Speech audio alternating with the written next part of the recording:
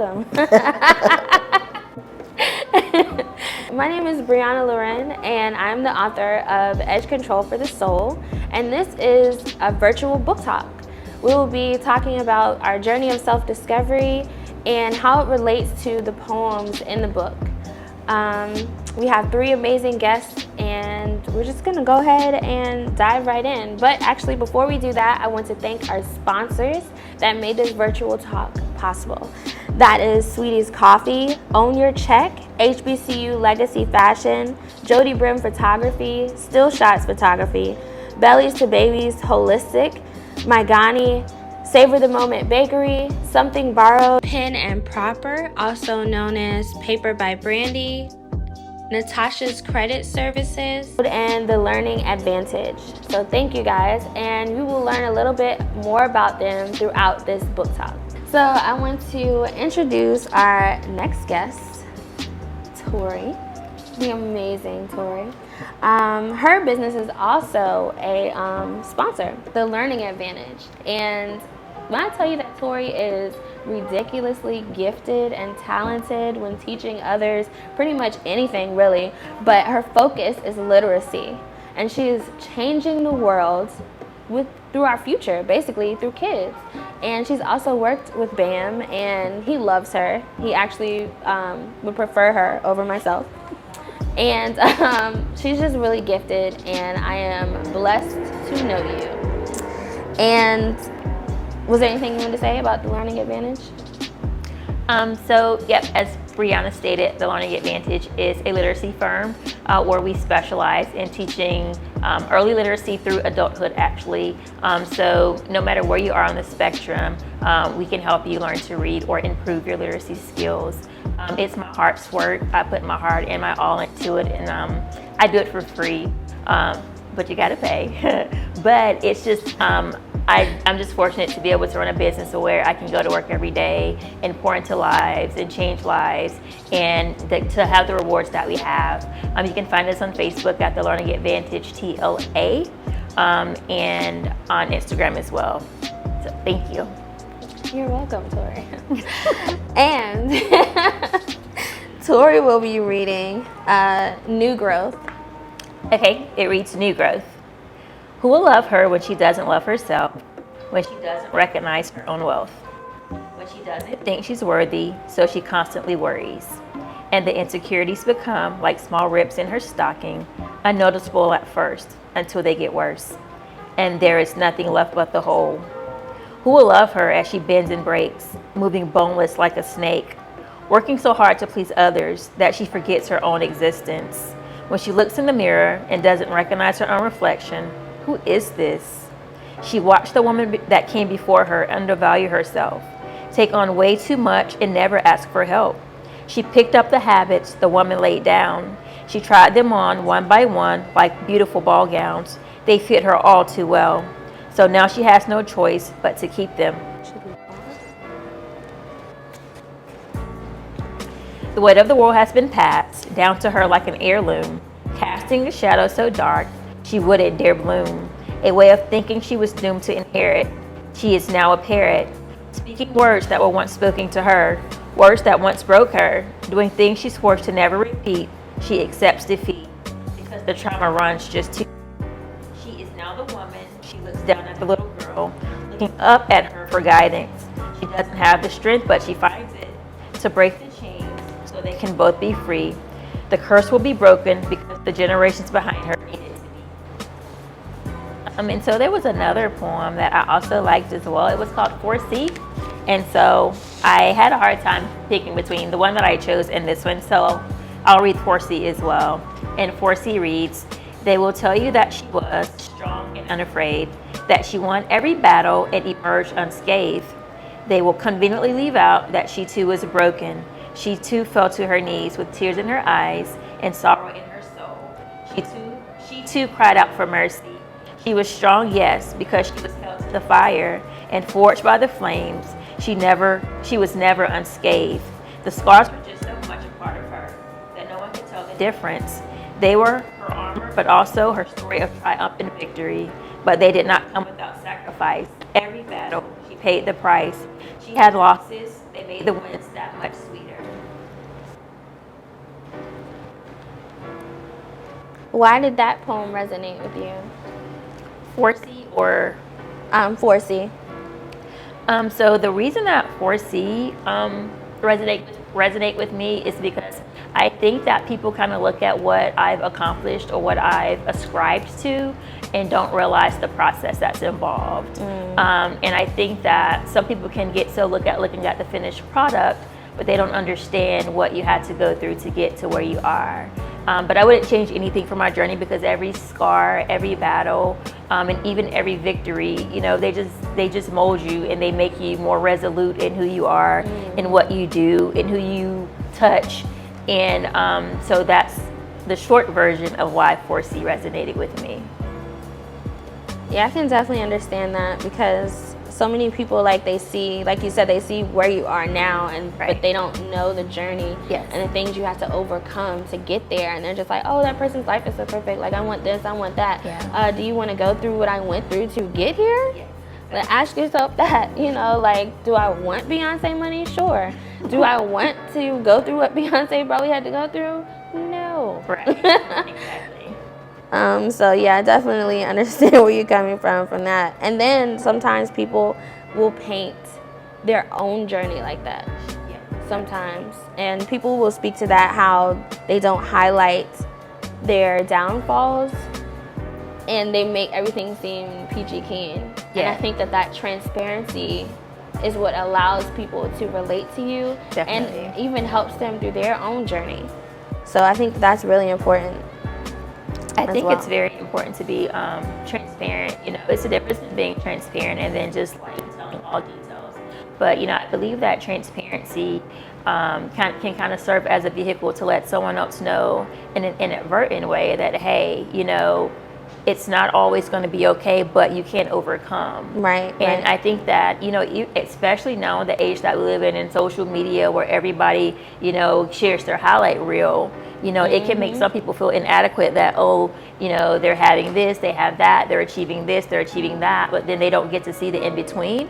And so I think the in-between and the transparency can kind of serve as a push to kind of, or a reminder that no matter what has transpired or is transpiring, that you too can get over that hump. Definitely. And for New Growth, the reason that that poem, I would say, resonated with me the most is definitely the end. I have a daughter who is 18 months old, and you know, when she looks up at me, you know, the poem says that she is now the woman. She looks down at the little girl, looking up to her at her guidance. I think that it's super important that as a mother to a daughter, that I set the tone for many things in her life, that I plant seeds that can be nurtured not only by myself, but you know, others that come into contact with her. And I think that I don't take that responsibility lightly. And you know, when we talk about, you know, changing the narrative and setting new things in place, you know, in my family, mother-daughter relationships has been something that has just not been the greatest thing. It's about not being afraid to do things differently than what we were originally taught. And finding the trauma and healing from it, because so many times we're trying to do things from a place of brokenness or from a place of pain, and we haven't fully healed, but we're wondering why all these things are coming up or why certain things affect us in a particular way. It's because you haven't healed, you know? It's kind of like falling and breaking your leg and having like a gash, and you heal up the gash, but you don't do anything for the broken bones, and then you're still in pain, like, and then that piece heals and eventually the bones heal, but they don't heal properly. So you're still in that pain, you're still jacked up, and you don't know why, and that's why. You have to do the work, you have to put in the work, or you will pass that down to future generations, and that's what we're trying to get away from. Definitely. So I'm glad you saw that in that, because that's exactly what it was about, just growing past that. And how do you think that we can do the work to, I know one thing you did mention, like between you and your daughter, but what can we do to heal, and how can we teach our kids, like, this is what we've overcome, and this is how you can do it too, because I'm not going to be able to do all this by myself, but I'm going to work on myself, and I'm going to do the best I can, but you're going to have to kind of like take the baton. Yeah. And so I think that the first step in any healing is just recognizing that, hey, I need help, you know. And I know for me, you know, I come from a line of strong Black women, and asking for help, what? You know, you've got this, girl, you strong, you know. So I think that the first thing is you realizing that you need help, and that, you know, that there is some things that are taking place that don't feel good, or that I don't like, or that trigger me like way too much. And so I think that, you know, realizing that you need help, and then seeking out the help, you know, realizing that whether it be from a friend, for me it's a therapist, or however you need to do that. And then as far as my kids go, when I'm wrong, I apologize. You know, I tell my son all the time, you know, I'm sorry, you know, and then I give him the space to let me know when he's offended by something. He's only 5, you know, and he'll say, Mommy, I didn't like it when you did that. And I'll say, son, I'm sorry. We're both going to work on that, you know. And so I try to create an environment. Do we do everything right, my husband and I? No. But we try to create an environment where we can be, we can be free, you know, to be who we are. And I think that for me, I wasn't given that freedom a lot. You know, I was just boxed in, and I had to just fit and do and be quiet and do this and do that. And so it stifled me in more ways than I realized. And so I think I'm very adamant with my kids to not, probably a little bit too much, you know, but I love it, you know, because I feel like if I plant those seeds now, that, you know, when they get older, you know, it won't be a struggle to get them to communicate. And that's what I'm trying to get them to do, and not be so shut down like I was, and be afraid to communicate just because of the reaction that they might get. And so I think that it's important to just make it a team sport, you know, not singling mommy out, you know, or daddy out, or Trini or Xavier out. You know, we're all going to do this together, and this is how you do it. And, you know, and you normalize things. You normalize apologizing. You normalize asking for help. You normalize the things that haven't been normalized before, so that they take it on as their norm. And so to them, it's just what we do. Yeah, because so many times, like, apologizing wasn't like, I apologize. It was, you hungry? Yeah. Or you want to ride with me? Or you want to whatever? And you buy him something. Yeah, like, here you go. I know you like video games. Like, yeah. So it's like, just hearing those words means a lot, because you know that that other person recognized that they hurt you, and they care about your feelings. Right. And, you know, as children, when you sometimes when you ask why, or why is this, you know, even the little things, and people might think I'm crazy, but if my son will be like, well, why? I want to explain to him why I'm asking him to do that, or why I'm telling him not to do that, because it's just the little things. Like, they're small, they're trying to learn, they're trying to understand. And if your answer is always because I said so, what are they learning exactly? And what are you modeling for them? Is that how you answer a question? Right. Yeah. Right. So, and I think that's really important. It's just the little things that we can do that make a huge impact, especially when it comes to communication. Yeah. And especially with our young boys, because they're so taught to keep things in. They're taught to just kind of deal with it. Don't cry, don't feel this, don't feel that. And then we wonder when they become grown men, why they are basically the equivalent of emotionally an infant. They can't communicate how they're feeling, or just something as simple as, wow, what you just said hurt me. Right. Because that's seen as weakness. Right. So if we teach them that at a young age, and they're able to develop an understanding of their feelings, that their feelings matter, that if they say something bothers them, they're going to be heard, and that behavior will be changed, you know. So I think that would make a huge impact on our Black men, you know, just having that. So, and I think that our generation is really beginning to understand that, and listening to our kids. Right. And have you had like any, not to tell your business or anything, but have you seen pushback from different generations that are like, oh, why do you let him say that? Or why do you, he's talking back to you, like, that's what communication is. Me talking and the other person talking back. Yeah. Like, it's okay. As long as it's not disrespectful, but. And so, you know, we parent differently. It's not traditional how our people do it. But I think that just like I individualize learning with my business, you know, everyone doesn't wear a size medium t-shirt, and so you can't parent every child the same. I may need something different, you may need something different, and so I look at, as we parent our children and their needs are different, then we'll parent them different. It doesn't look vastly different. I mean, you know, we teach accountability. You know, it's not just like, you know, we let our kids just fight, you know, all these things like that, but we do give room for them to grow and to be problem solvers and to express. We do just give them room to communicate. You know, Mom, that hurt my feelings, or Mom, I didn't like that.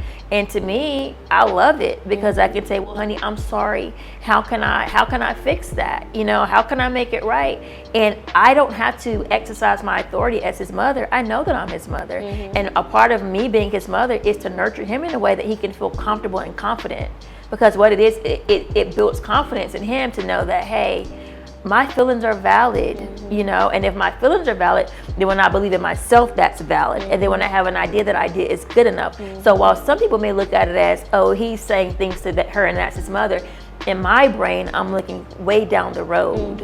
And so even when I'm sowing these seeds into my kids, I'm looking to sow into generations after him so that my grandkids can be confident, so that my great grandkids can, you know, speak up for themselves. In the climate that we're living in, we need voices to stand up and say, hey, this stuff is not right.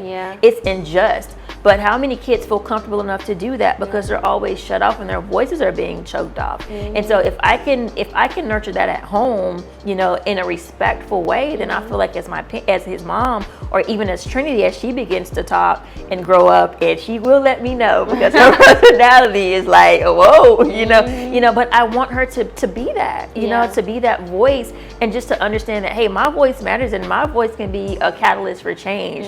And so, yeah, we get pushed back, but I don't care. You know, these are my children who I raise and who I'm going to be responsible for respectfully, but I don't care. Yeah, you definitely have to reach that level because otherwise you'll second guess every step. And it was something that you said that really stood out to me, was making sure that he knows, or that your children know, that their feelings are valid. You know, because sometimes we miss out on that. We don't validate our kids' feelings, like, oh, it didn't hurt that bad, you don't need to cry like that, or it's not that serious. And maybe to them it is that serious, because even in adulthood, like, if people are thinking to themselves, well, it's not that serious, but you don't know what that person has been through to maybe make it that serious to them. So and you're really good at doing that too, and be like, are you okay? Because you are tripping right now. Like, yeah, I'm good. And that also went back to what you were saying before, like getting to know yourself and knowing your triggers. Because that is a huge thing that I learned in therapy, was getting to know your triggers. Why is something affecting you like that? Why is that making you cry or angry or sad, or why is that taking you back to a place? And once you understand those things about yourself, you'll be able to like check yourself. Like, okay, is this really what's happening? Is this a fact? Is this a feeling? Is this because of something else that happened, or is this really like that serious? Is it really wrong? Something I need to say to them, hey, I don't like when you did that, or, you know, just being able to speak up for yourself. So I think that's really important. And I want to thank you for sharing all those you know, pieces about yourself and your parenting. And you've always inspired me as a parent, because I see like, you know, how you are able to communicate with Xavier and just get to the bottom of things with him. And I just think that's really important, and I apply that to my parenting as well. So I'm a copycat. No, I'm kidding. I appreciate you. And thank you so much for your time.